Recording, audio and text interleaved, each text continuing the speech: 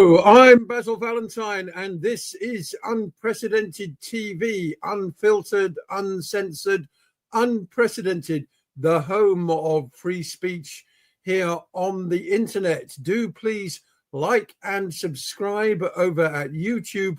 Follow us on X, and remember, I'm on air every day, Monday to Friday, 1 p.m. for Ascending Order, your daily news edit with live guests and all the genuinely most important stories from around the world. Don't allow yourself to be propagandized by the corporate media. Forget the world at one on Radio 4. Join me, Basil Valentine, instead, 1 p.m. on X, Monday to Friday, also on YouTube. And I'll see you all very soon.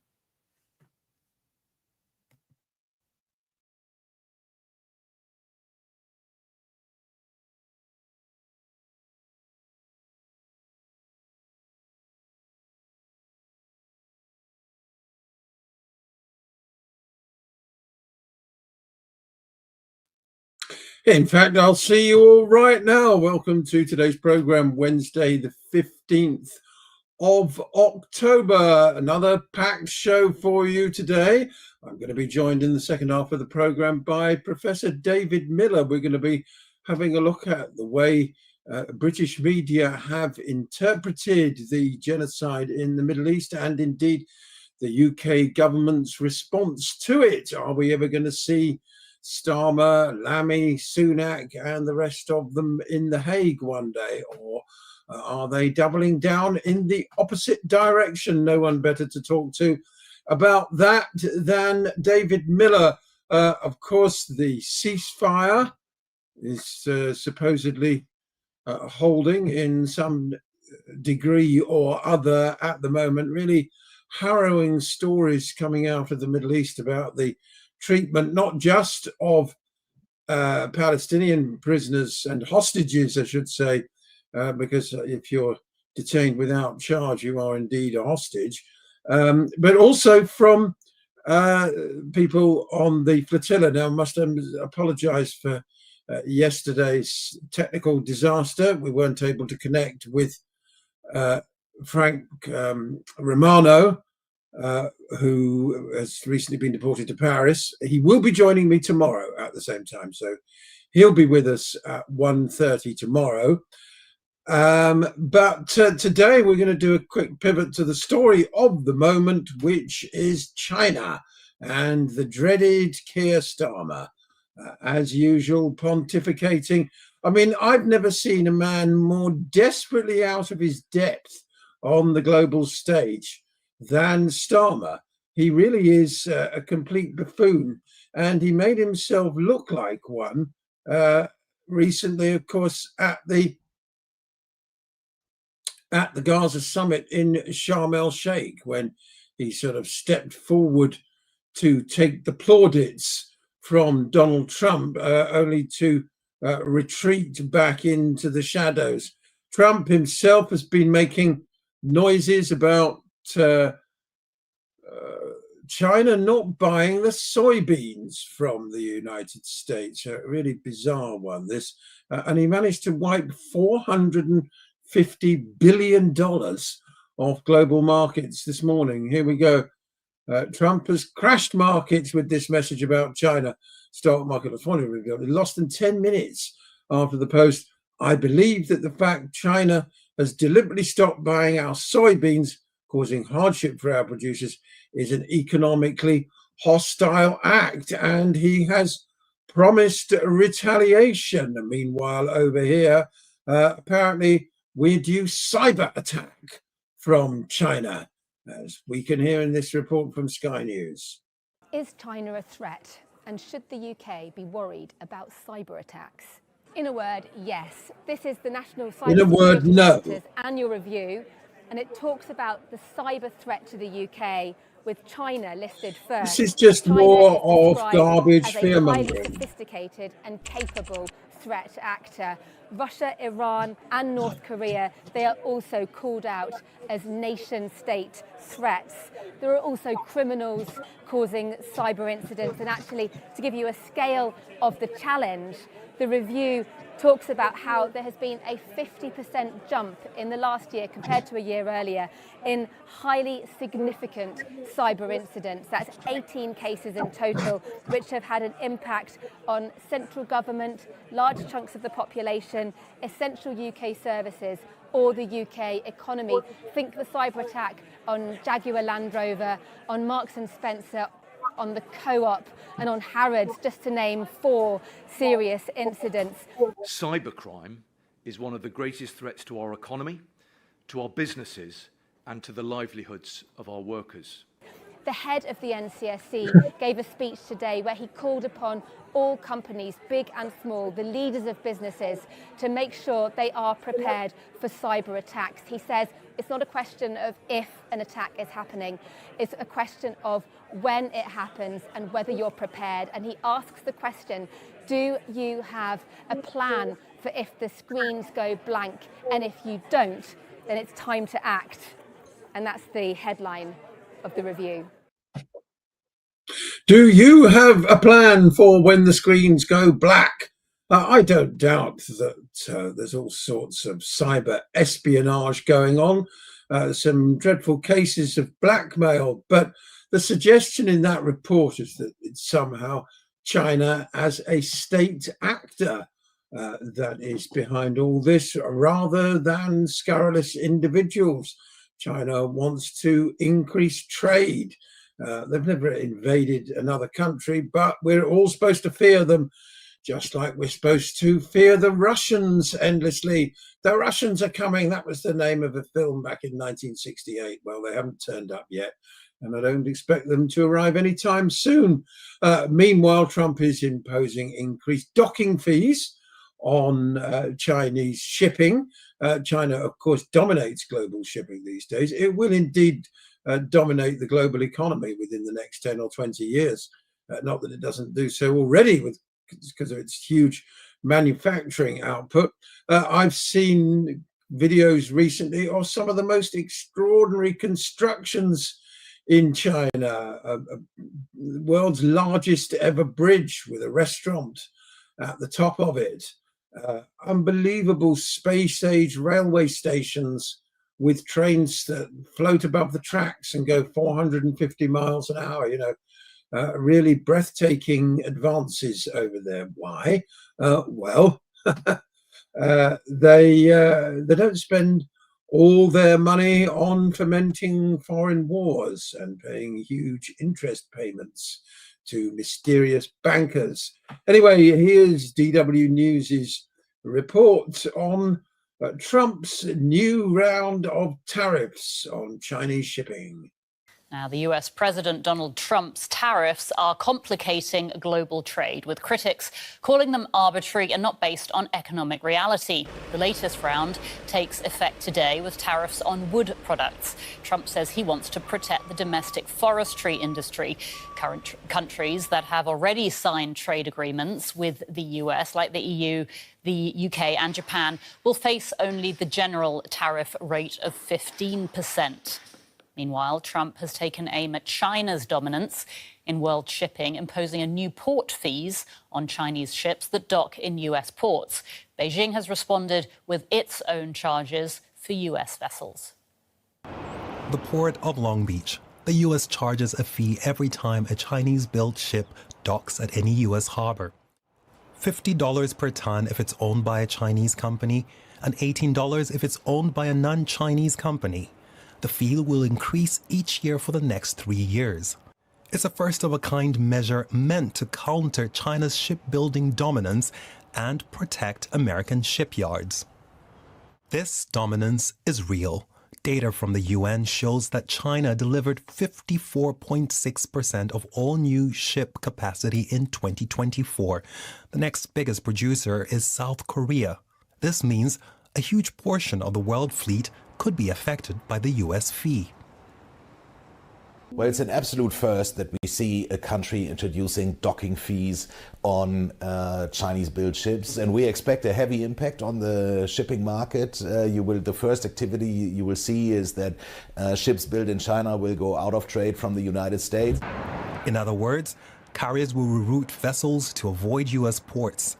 There are plenty of other trade lines for those ships, but the disruption will be significant.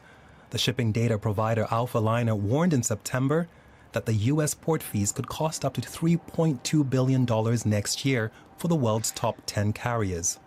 Meanwhile, China has announced retaliatory measures. Vessels owned or operated by American companies or individuals and ships built in the U.S. or flying the American flag would be subject to a $56 per net ton fee per voyage if they dock in China. All right, let's talk about this with Cassandra Sant from DW Business and co-host. So there you go. Trump seeming determined to detonate trade with China. The problem he's got is that the United States don't produce anything. What is Trump good at? Well, he's good at humiliating Keir Starmer. This clip will go down in the annals of Starmer's miserable career as one of the many low points. My colleague here at Unprecedented TV, Lembit Opik, said yesterday he thought Starmer looked broken at Prime Minister's question times and that he even felt sorry for him. Well, I'm afraid the Starmeroid will get no sympathy from me, and this particular clip needs to feature in a highlight reel of that awful man's pathetic career.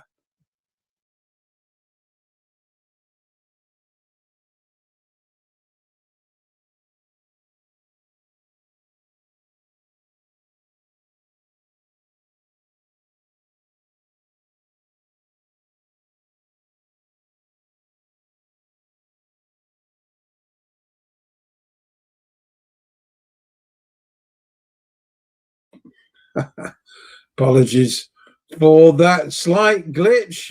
This is what happens when you don't have the required studio support. Anyway, here we are with Keir Starmer being humiliated by Donald Trump. United Kingdom. Where's United Kingdom? Where's our friend? Where? Come here. Is everything Look at this pathetic twerp. Oh, look. These people all came in like 20-minute notice, and I think it's fantastic. And we have so many others, and just so many others. And look suitably sheepish as well. Sorry, but I've got to watch that again. I think that's absolutely hilarious. I hope you do too. Here we go. Trump calls him forward. The special relationship, remember? United Kingdom. Where's United Kingdom? Where's our friend? Where? Come here. Kingdom. Where's United Kingdom? Oh, yeah. He thinks he's going to get a moment at the microphone or something. 20-minute notice, and I think it's fantastic. And we have so many others, and just so many others. What a jerk. I don't have any respect for these people at all. Absolutely none. The sooner Starmer is gone, the better. I don't care who takes over from him, but we have to cycle through these inadequate non-entities as quickly as possible. And the word on the street is that he may well be gone very soon. He should, of course, be gone to The Hague. Lots of talk about the ceasefire, of course. Was it partly prompted by the global humanitarian flotilla, which certainly caused a lot of embarrassment to the Israelis and to the United States? I must apologize again for Dr. Frank Romano being unable to join me on yesterday's program. He will be joining me tomorrow at the half-hour mark. Meanwhile, and I've spoken to him yesterday, it seems Frank was one of the lucky ones. Another of the detainees is Noah Abishag, and she spoke yesterday upon her release. She was detained for longer, about 10 days. Worth pointing out that she's a Palestinian American photojournalist. Sorry, important distinction. Jewish American photojournalist, and so especially harsh treatment was reserved for her. This is Noa Avishag Schnall, released along with my colleagues from unlawful Israeli imprisonment earlier this morning, reporting for Dropsite News. I'm going to read this report to get the news out to you as fast as possible. The last 3 of our comrades were released from detention within the last hours. Over 10,000 Palestinians that remain in Israeli prisons, many without charge and under indefinite detention, have no such luxury. Our boat, the Conscience, was attacked in international waters around 5 a.m. Wednesday morning, and the 8,000 Madeleine boats were attacked slightly before and after. The Conscience was 19 nautical miles from Egypt, not far from the Suez Canal.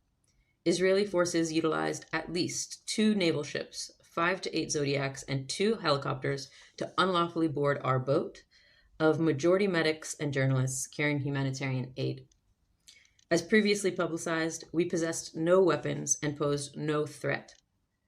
By the time Shayetet 13, what Israel calls their elite naval unit, repelled from helos, passed through the interior of the ship and through the garbage hold, and up our rope ladders, all Conscience passengers and crew were seated in the life jackets on the aft deck, with hands held out in non-threatening positions, fully prepared for attack.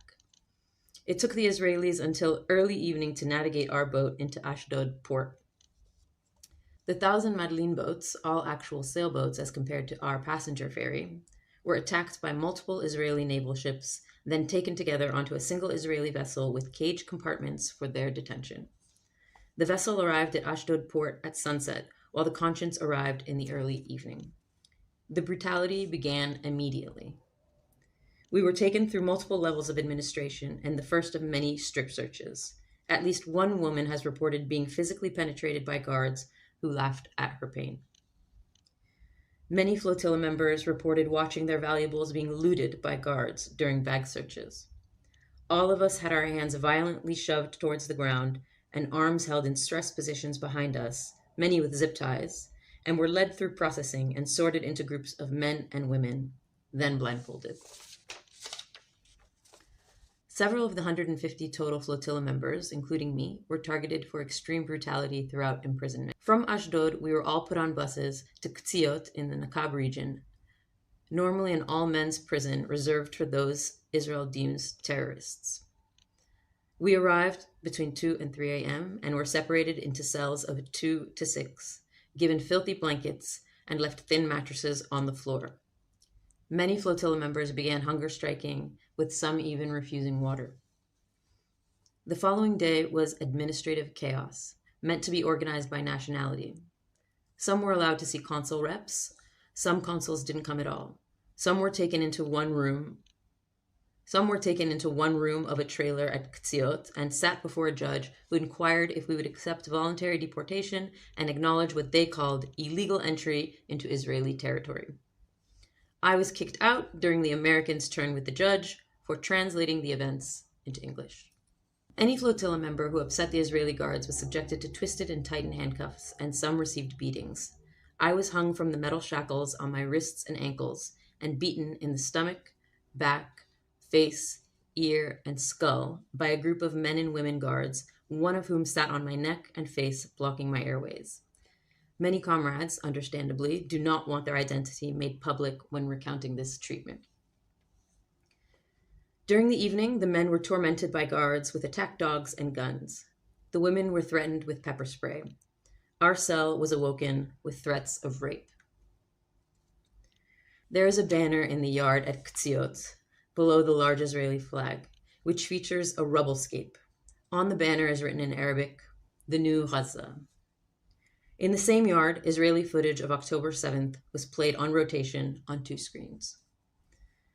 Thursday evening, October 9th, some of our comrades were flown home. The next day, the remainder of us were taken to Giv'on prison, the same detention center previous flotilla members from the Madeleine and the Handla were unlawfully held in. The brutality continued. I was taken into solitary, as was one other woman and a few of the men. No one was allowed to see their lawyers after Ashdod port.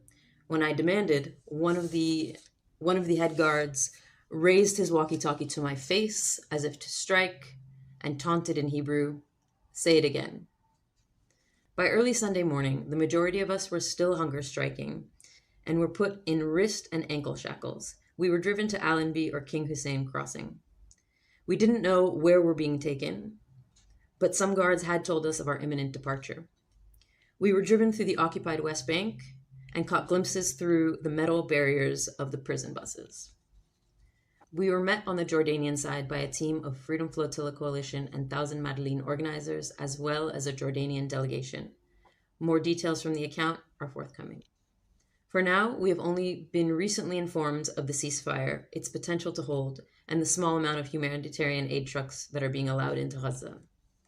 Though these flotillas did not reach Gaza or our Palestinian siblings this time, the people and motivation of the flotillas are unwavering. For now, there are two main takeaways. One, we were not broken. Two, we know that this ceasefire will not end systematic oppression and occupation. Prisons like Qtsiot, designated to torture Palestinians, continue to exist. More than ever, we have to take to the streets. The siege will be broken. We stand with Palestine.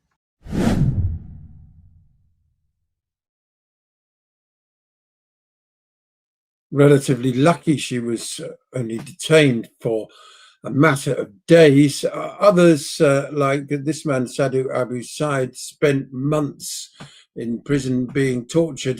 He was also released yesterday. وجع سنتين وانا جوعان، انا طلعت من هون جوعان، وانسجنت جوعان وطلعت جوعان، اقسم بالله انه ما بناكل ولا بنشرب ونشبح، عريانين، واحنا بيشبحونا عريانين، بيشبحونا ليل ونهار، لحتى اليوم هم قاعدين بيجرحوا فينا وبيلكنوا فينا.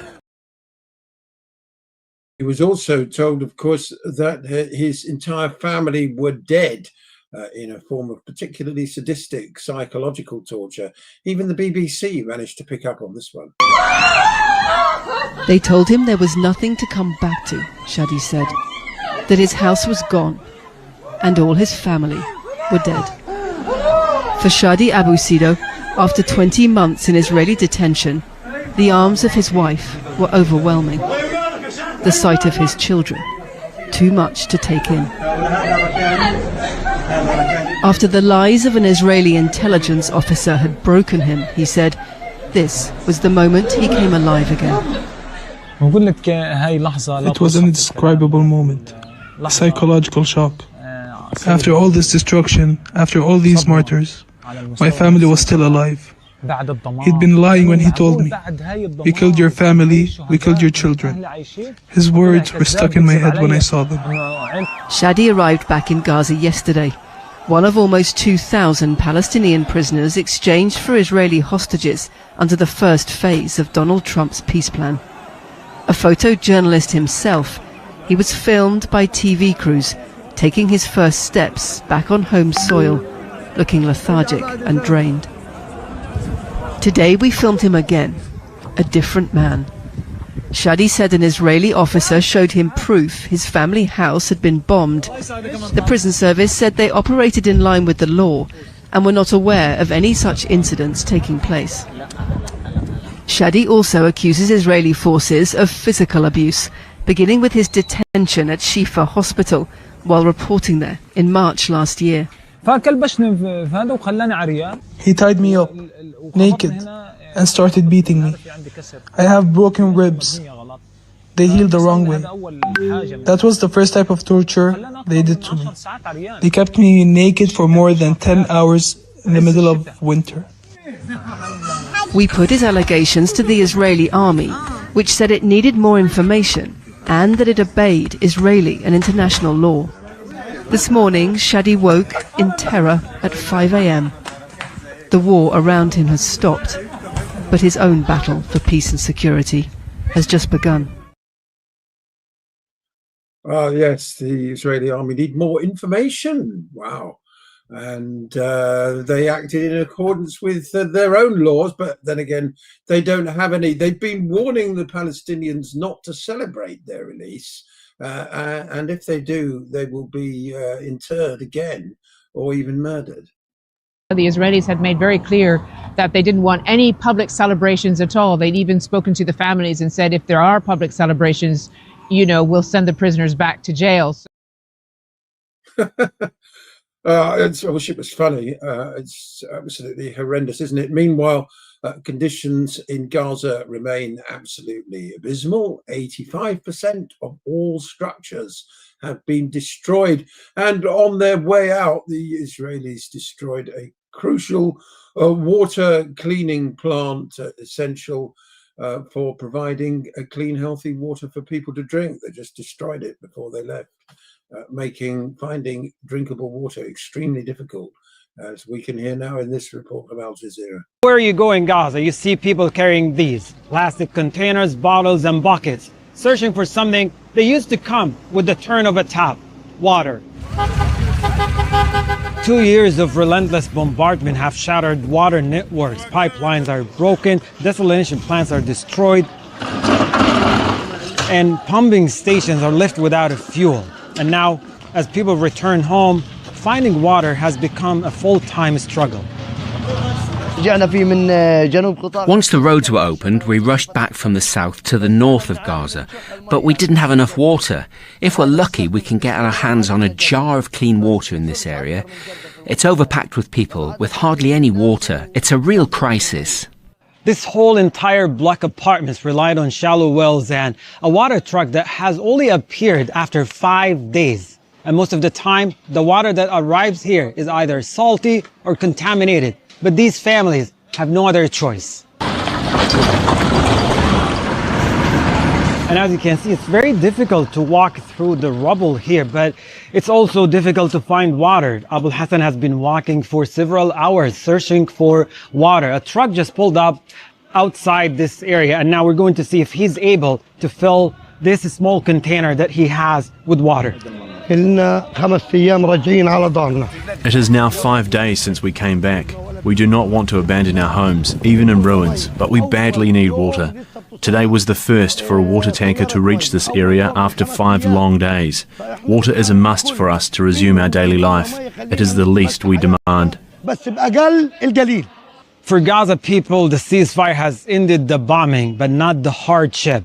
Now, every step to find water is a step in a long journey back to life itself.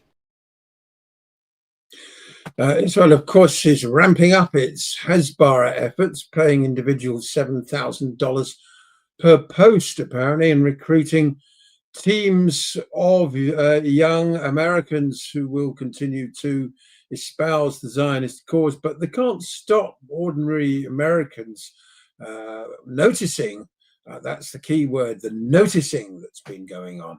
That the Zionist colony is in fact an abomination and behaves in the most appalling ways. This Vox Pop posted on X is typical of the ordinary American waking up to the reality of the Middle East. I want you to take a minute with me to imagine something. I want you to imagine that you are going about your business, you're going home, you're going to work, something like that, and you get arrested. Not by a cop, but by a soldier with a rifle pointed straight at you. You ask, what am I being arrested for? And you get told, shut up. So you get arrested, you get hauled before a court, you get taken to a detention center. At that detention center, the judge says, we're holding you for 6 months. You say, why? You don't get to know. 6 months go by, you're in prison, okay? With no idea why you're there and no access to speak to any attorney in case you could even hire one. You go in front of the judge again, and the judge says, we're holding you for another 6 months. And you say, why? And the judge says, you don't get to know. For Palestinians in the West Bank, they don't have to imagine this. This is the system of administrative detention that they live under a regular basis. Currently, there are more than 3,000 Palestinians being held without charge, without trial, with secret evidence that they are not allowed to know what it is. Not even their attorneys are allowed to know what it is. That is the definition of a hostage. There is no due process. There is no law and order. They can hold you for as long as they want without ever telling you why they're holding you, without ever proving that you committed any crime. Oh, and by the way, more than 100 of the more than 3,000 Palestinians being held without charge or trial are under the age of 18. More than 100 of them are children. Fuck Israel. Strong language there. David Miller joining me now. A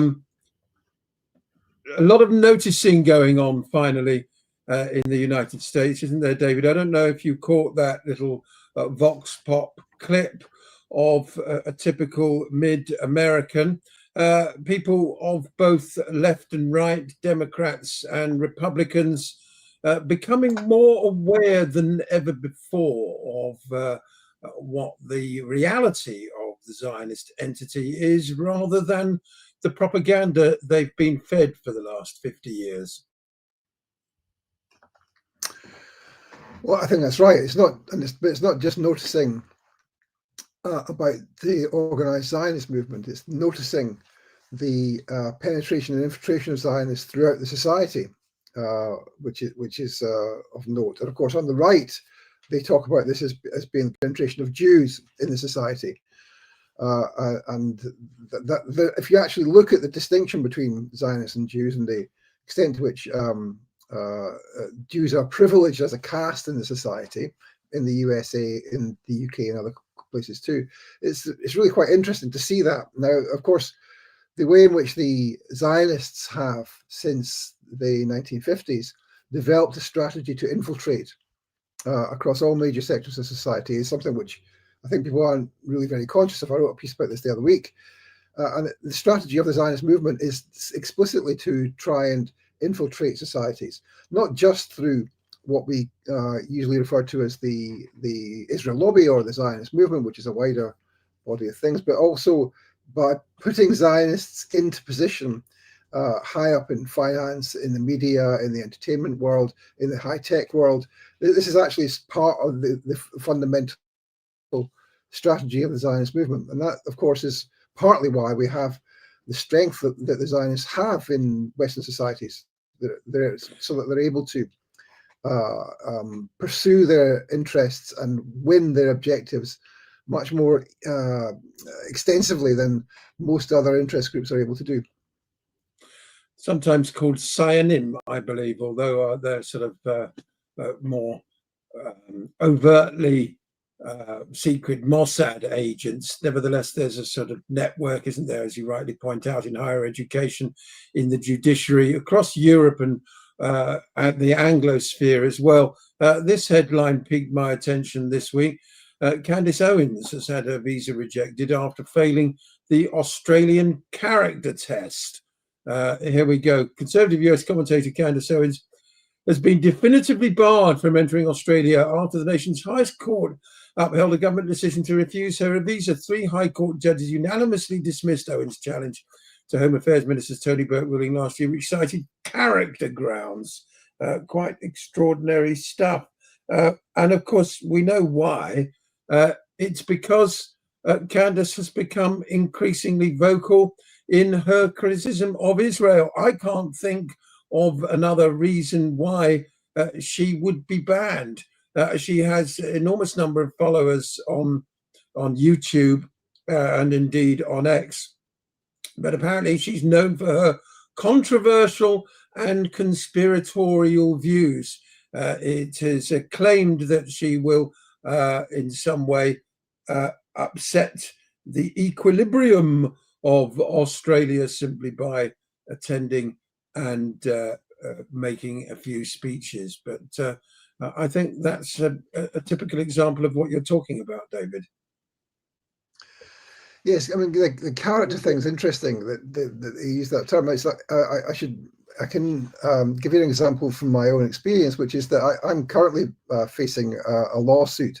I've been privately prosecuted by the Campaign Against Anti-Semitism, and one of the things that they're raising in court, we have our next hearing on Friday this week, is that the tweets which they're complaining about, they're saying that I sent 4 tweets which were menacing in character under the Communications Act 2003, and they're trying to bring into evidence other things that I have said in public on Twitter and elsewhere, which show that I am of bad character, and that this bad character can therefore be used to help to interpret the language in the tweets which they're complaining about, which they are prosecuting me for. So this idea of bad character, I think, is very interesting, and also the question there of not just of her conspiratorial views, whatever that might mean, but also her controversial views. Now, of course, under the law, I think it's the same in Australia.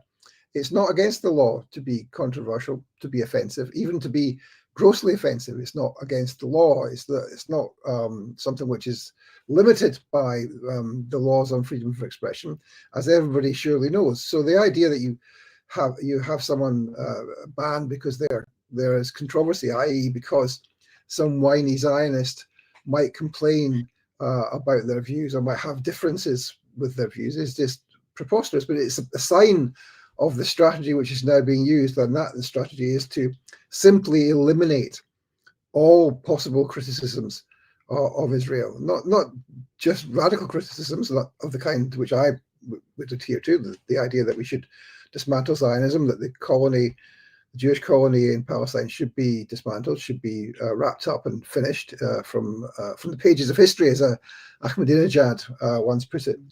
But even any sort of mild criticisms which calls for things like ceasefire or for starving children to be fed, these kinds of things will be stopped. That's the aim of these new policies which they're bringing in, which are being brought in the US, in Australia, and attempts to do that in the UK too. So we're facing a really intensified period of attempting to clamp down on any criticism, not just of Israel, but of Zionism as well. Nowhere more so than here in the UK, of course, where it's just been announced that £1 million of government funding is going to be handed to an openly Zionist organisation in the form of the Union of Jewish Students, which has direct connections to the Israeli Foreign Ministry and to Stand With Us, to undertake so-called anti-Semitism training in UK universities, which I found quite frankly breathtaking. I've got a clip here of the Union of Jewish Students president extolling the virtues of the organisation and its relationship with senior officials in the Israeli government. UJS alumni are currently serving in senior positions in the Israeli government, the Foreign Ministry, the IDF, and even the President's office. Notably, President Herzog's father, Chaim, was the president of UJS back in the 1940s. We are so honoured to have your family as a part of our 102-year legacy, and we can't wait to see what our alumni do for the community in the future. History is of course important, but what are we doing today? Well, today UJS is on the front line of the fight against anti-Semitism, anti-Zionism and BDS. We are committed to shining a positive light on the successes of Israel. We are also encouraging students to take an active role in defending Israel, whether that is opposing a BDS motion at Students' Union or equipping them to speak out against Israel apartheid leagues. On a personal note, I feel so lucky to have gone through the UJS machine, which took me from a young, apolitical teenager The UJS machine. to student activism at the University of Bristol to be standing in front of you today. I am living proof of what UJS can offer to young people and how we have the power to incubate and harness brainwashing activists, which I hope we continue to do for many years to come. Your Excellency, I want to thank you for being here. Thank you.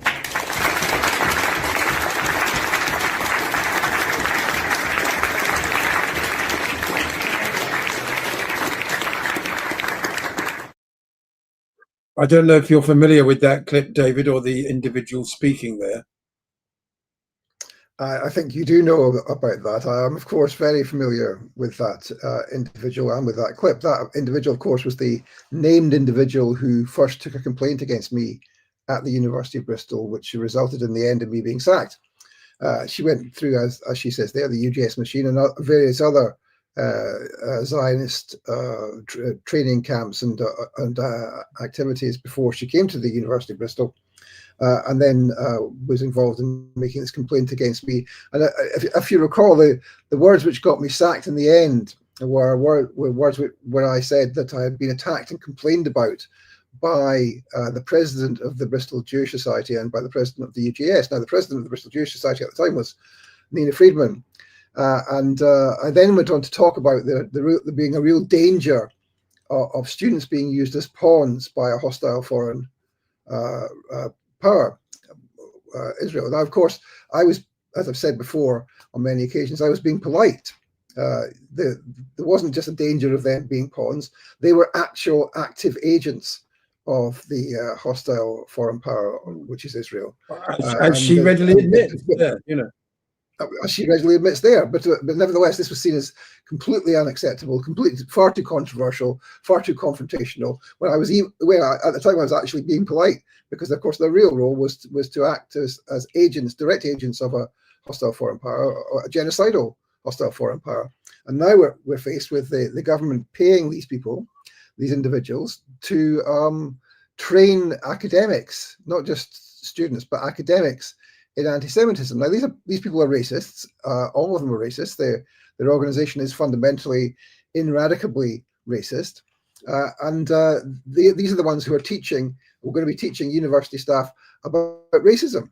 I mean, you simply couldn't make this up, because the worst people to teach about racism against the Jews or against Muslims or against any other people are people who are avowed card-carrying racists, and that's what these people are. Indeed, a report from Middle East Eye here makes the point that they're directly affiliated with the Israeli Foreign Ministry, with the Israeli government. The UJS says it passionately engages with Israel interfaith and social action projects, and it offers its students an opportunity to strengthen, celebrate, and explore a personal relationship with Israel. Celebrate a relationship with genocide. Really peculiar stuff, if you ask me, David.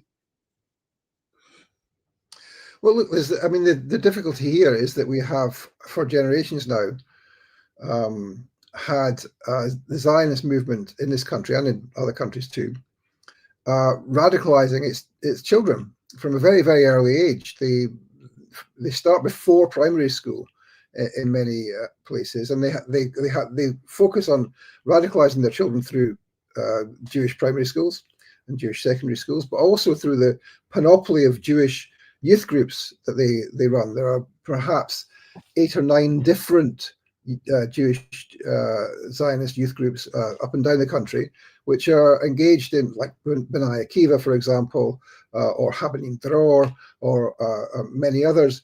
And their function is to radicalize these young kids into believing in genocide, to believing that they have a birthright to go and steal Palestinian land, and in fact to kill Palestinians. And they take the kids over to Israel, including schools. The schools take them on trips to Israel. They're twinned with schools in occupied Palestine.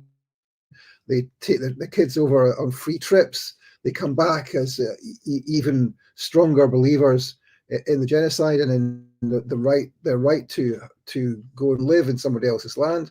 That they are the real indigenous inhabitants of that land. With a little matter of 3,000 years allegedly in between them being there and reclaiming the land. So this is a very significant engine of indoctrination, which applies across the whole of the Jewish community. Now, some Jews, of course, get out of that. Some Jews don't go to Jewish schools. They don't go to Jewish to Zionist youth groups, and some who do go to the Zionist youth groups eventually disengage from and become non-Zionists, some of them say, and some of them become genuine anti-Zionists. But it's a very small proportion, and so you still have this engine of indoctrination throughout the whole of the Jewish community, and it's actually directly involved in promoting the genocide. And of course, the community also sends money directly to support the genocide and the settlements and to the so-called IDF, as well as there are some of the students, the young kids in this country are so radicalized and so indoctrinated that they grow up and join the Israel occupation forces, as we've seen with many cases in the last 2 years, where it's become known that that people in Gaza engaged in the genocide are actually from the UK, from streets in London and Manchester and Glasgow, where they have grown up amongst British citizens and have ended up in going to contribute to the genocide. These are people who should be in The Hague and should be arraigned on war crimes, should be arrested by the British police, by the special branch. They should be stopped and detained under Schedule 7 of the Terrorism Act when they come back from occupied Palestine. But instead, of course, the people who are detained are overwhelmingly Muslim, or there are people who are pro-Palestine, like, for example, me. I was detained in February coming back from Beirut, and many other non-Muslims have been detained as well, who are pro-Palestinian activists. I don't believe a single Zionist has been detained. It has been the case that one or two Jewish anti-Zionists have been detained by the police, but I don't believe there's been any Zionists who have been detained. And that, of course, indicates that the way in which the British state is totally engaged in supporting the genocide and in participating in the genocide, and indeed the way in which the assumptions on which policing and counter-terrorism decisions are based have been effectively infiltrated by Zionism and by Zionist assumptions, so they can't even see that killing civilians and starving children to death is something which is against the law. You make a very good point, and at the heart of the matter, really, is the fact, it's a very uncomfortable one, that Israelis simply do not regard Palestinians as human beings. Something pointed out very eloquently here by Anna Kasparian of the Young Turks. I don't see Palestinians as human. There are so many videos of powerful people in Israel just openly saying, yeah, those children should starve to death. Yeah. I'm not even kidding. Rabbis, government officials. I mean, it goes on and on. It's just hilarious to me, right? Because they say it out loud. They say it with their whole chest. And then here in the context of the United States, they send their little mouthpiece propagandists like Shabbos Kestenbaum to go on Piers Morgan and just lie straight to our faces about what's happening on the ground in Gaza. She makes very important points there that, on the one hand, within the borders of Eretz Israel, the Zionist entity, they're very open about their genocidal intent. Right next door to that, we have a UK government who doing everything they can to deny that genocidal intent, even though it's absolutely obvious and in front of our eyes. So there's I don't know whether you'd want to call it cognitive dissonance or sort of a deliberate obfuscation and muddying of the waters, David, but the British people aren't ever presented with the full facts of what it is their government is supporting. Well, that's right. I mean, it's very difficult, isn't it, to understand how, as Anna Kasparian there says, that they are, with their full chest, proud of the genocide, proud of what they're doing to the Palestinians. And yet, at the same time, their apologists over here try and pretend that it's not a genocide, try and pretend that it's something something different, as do their assets, which of course is the people at the top of the Labour Party and many other parts of British public life. So it's difficult to understand that, isn't it? But one thing that's being said recently to try and explain this is that this is a form of Jewish supremacy. The idea that the Jews can't be responsible for bad things, and that if you think they're responsible for bad things, well, you must be an anti-Semite.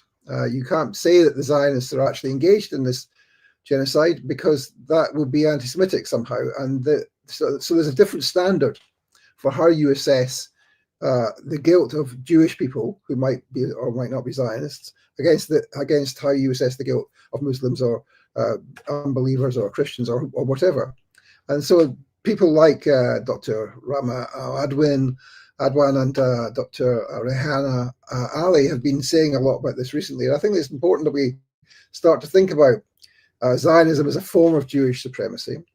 And I think that the term Jewish supremacy is a useful term, not just because obviously Zionism is Jewish supremacy, but the idea of Zionism being Jewish supremacy doesn't exhaust all of what Jewish supremacy is. I think it's important to understand that there are actually anti-Zionist Jewish groups which are Jewish supremacist. So I mean, I know this sounds really extraordinary, but there are Hasidic Jewish groups which are anti-Zionist. They don't believe that that human powers should have the right to create a state of Israel.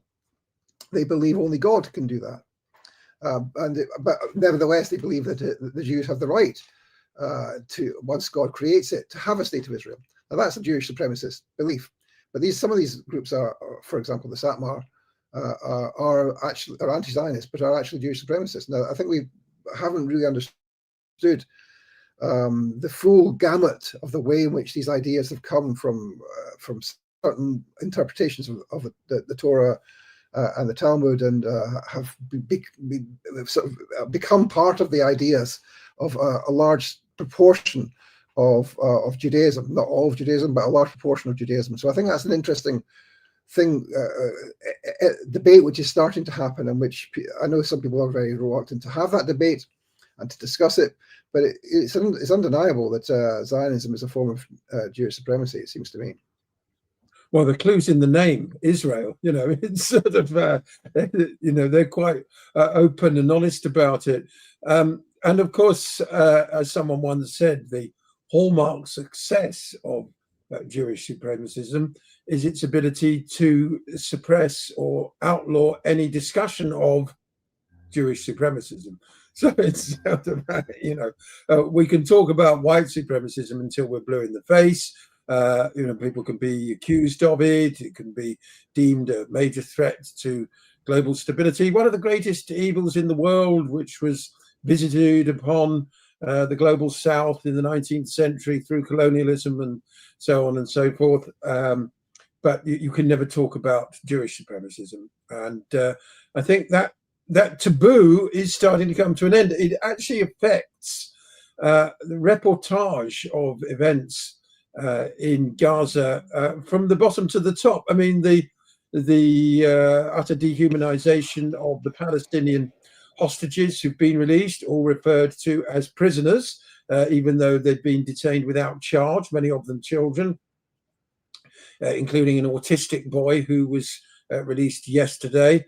The primacy of Jewish suffering as well, David, which is, all the front pages of the national newspapers were, emblazoned with this wonderful day, the hostages are going to be released, and of course we're pleased to see hostages where innocent civilians released on every occasion. But somehow these people are deemed much more important than Palestinians, whose corpses were run over by tanks, tortured to death. I mean, medics raped to death, and yet this never seems to make the headlines.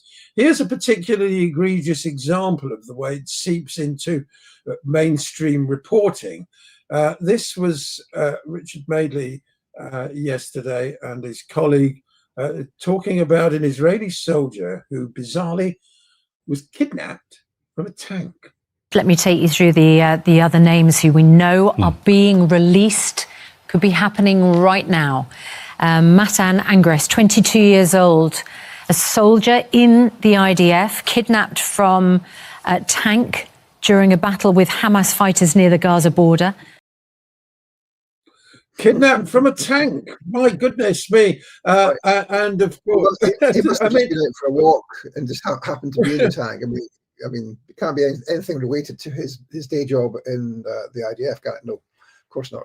No, it's truly incredible. It's the whole framing, David, isn't it? Sorry, go on. this is the form of Jewish supremacy. The Jewish lives are regarded unproblematically in people's heads as being more important than Palestinian lives. So the complaints about the dead bodies not being released by the Palestinian resistance, and does anybody say a single word about the dead bodies which the Israelis have kept for years and years and years, or indeed the people, the many dead bodies who they've now returned, who were killed in custody in the last year or 2 years. I mean, there is a complete cognitive dissonance, as you were saying, and an inability to even think about Jewish lives as being the same as Palestinian lives or Muslim lives or non-Jewish lives. And it's a real indication of the depth of Jewish supremacy as it's kind of infected public discourse and the way in which people think about the world.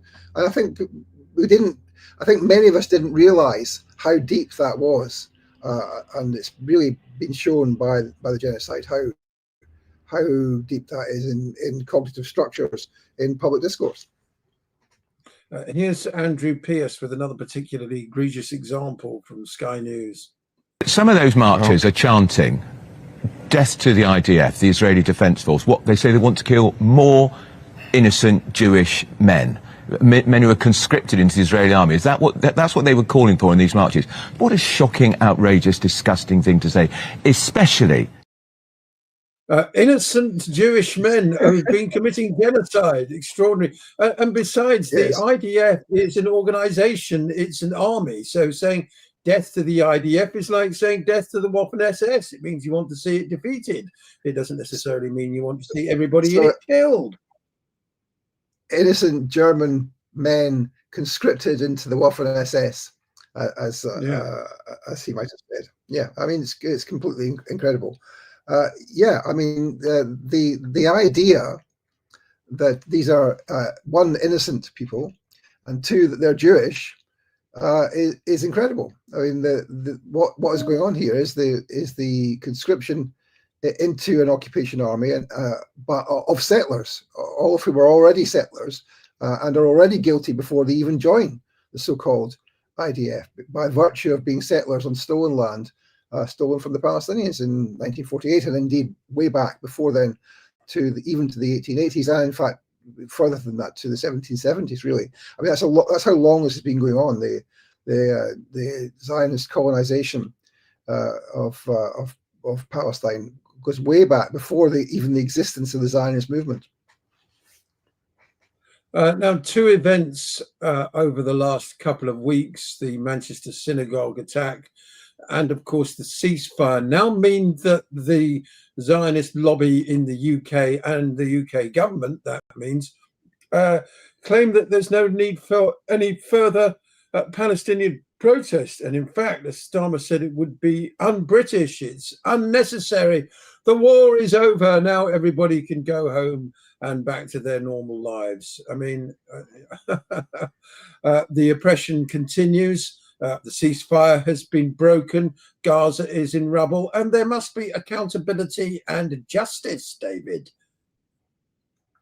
Well, there must be. These people cannot be allowed to go back to their normal lives, whatever that might be. And of course, the whole apparatus of supporting the genocide in this country still needs to be challenged and brought to account. And of course, there are two elements to that. One is the British government direct involvement in the genocide through the spy flights and the training and hosting of Israeli armed forces in this country, the diplomatic cover given by the successive British governments, which should result in war crimes charges against quite a number of senior British government personnel, including politicians as well as civil servants and intelligence officers. And then the second element, of course, is the massive apparatus of the Zionist movement in this country, which has been involved directly in the genocide. So I've estimated, I use this estimate quite a lot. I say there's probably more than 3,000 Zionist organizations in the UK.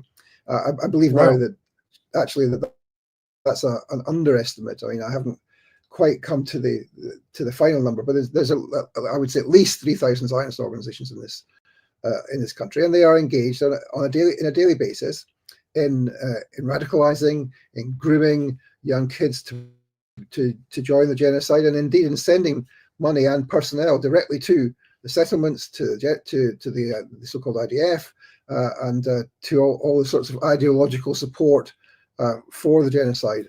Now, all of these organizations need to be either resign from the Zionist movement, declare that they are not Zionist, that they are anti-Zionist, or they need to be dismantled. There can be no place in the UK for racist organizations which are directly supporting in a material way the ongoing genocide in the Levant. So we have to start that process of taking all these charities apart, the large numbers of companies, the youth groups, many of the synagogues in the UK, almost all synagogues in the UK are Zionist. All the Jewish schools are Zionist. There may be one or two which are anti-Zionist, but they are, as I understand, Jewish supremacist anti-Zionist schools. So there's a huge effort which needs to be done to de-Zionize the UK and to re-educate some of the people who've been damaged into believing in the negative and racist ideas of Zionism, so that they can be brought back from their support for genocide and ethnic cleansing. Now, it seems at the moment the UK government are heading in precisely the opposite direction. They want to see no distinction at all between anti-Zionism and anti-Semitism. Your victory was a decidedly important landmark in, putting a stake in the ground, a banner that anti-Zionism is a legitimate point of view. I mean, in the midst of a genocide, it seems ridiculous that it should even need stating plainly, or that a case should need to be won in court that says that anti-Zionism, that is anti-genocide, is a legitimate point of view. Here's Bridget Phillipson quickly on Laurel Koonsberg on Sunday, announcing her plan to indoctrinate 600 UK colleges and universities with anti-Zionism. Can and must act on that. And the regulator, the Office for Students, has also been absolutely clear on that point. But you have been talking about this for some months now, and in May you called it a national emergency. We've talked to student groups in the last couple of days, and the charity Stand With Us told us at one university, we've been asked not a national emergency, and the charity Stand With Us, my goodness. A list of Jewish students so they can be marked and then harassed. I mean, this has been happening for quite some time. No proof of that at all. None. Actually, that money had already been announced. So do you accept that you should have done much more far earlier? So Koonsberg references Stand With Us there as if it's a sort of independent body who, unimpeachable standards and all the rest of it. But actually, it's just a Tel Aviv front group, isn't it? Yes, I mean, it was the UK branch of a US organization which was set up and has been funded by, and indeed is used for leverage by, the Ministry of Foreign Affairs, as Israeli government ministers have said. I mean, most of this budget in the UK came from the US branch, some of which, of course, has come from the Israeli government. This is not a charity in any meaningful sense. It's a Tel Aviv cutout, and that's what we find with all of these organizations that are focusing on anti-Semitism or on any of the associated terms. Now, in terms of your point there about my victory in establishing anti-Zionism as a protected belief, I mean, I think that is of course under continued threat. So of course, in my case, there was an employment tribunal where the judgment stated this. Now that, of course, doesn't become a precedent in law in the UK until it's confirmed at a further case. Now, of course, we have in November, in a few weeks' time, the appeal by the University of Bristol, which lost the employment tribunal which I took against them, and they're going to try and overturn the judgment. But when we win that in that appeal, which I firmly believe we will, that will then copper fasten anti-Zionism as a protected belief in the UK and UK law. So that the real difficulty that these people have got is that they're going to be fighting against something which is established in UK law, and they haven't got anything as an equivalent. All they've got is the IHRA, the International Holocaust Remembrance Alliance working definition of anti-Semitism, which is voluntary, which is not in law. And so that there's an attempt to try and get round that and to try and make sure that anti-Zionism cannot be established as being something which is legitimate, which is worthy of respect in a democratic society, to use the technical language from the Equality Act 2010. And so that's what we're seeing here with this attempt by the government to bring in anti-Semitism training throughout universities and colleges in order to undermine the victory which I won at the Employment Appeal Tribunal. And you might not know, but the government applied to the previous government applied to become a participant in the appeal against my case, and once the government changed, they decided not to do that. The Campaign Against Anti-Semitism also applied to intervene in my case, and the court just the other week ruled that they were not allowed to intervene. So we're seeing some kind of interesting moves here to try and undermine the victory I've already won, and to try and make sure that I can't win again at the appeal, which I think are attempts which will fail. Do tell our viewers and listeners where they can contribute to your legal defence, David.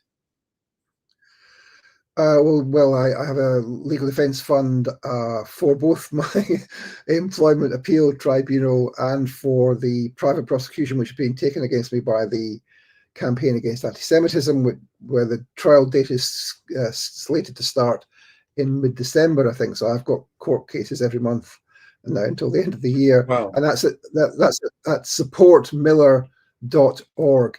And people can contribute to my defence there, and also have a look at the kind of research which we're doing. Thank you very much for joining me today on Ascending Order here on Unprecedented TV, David. It's been a privilege to speak to you as always. Thank you very much.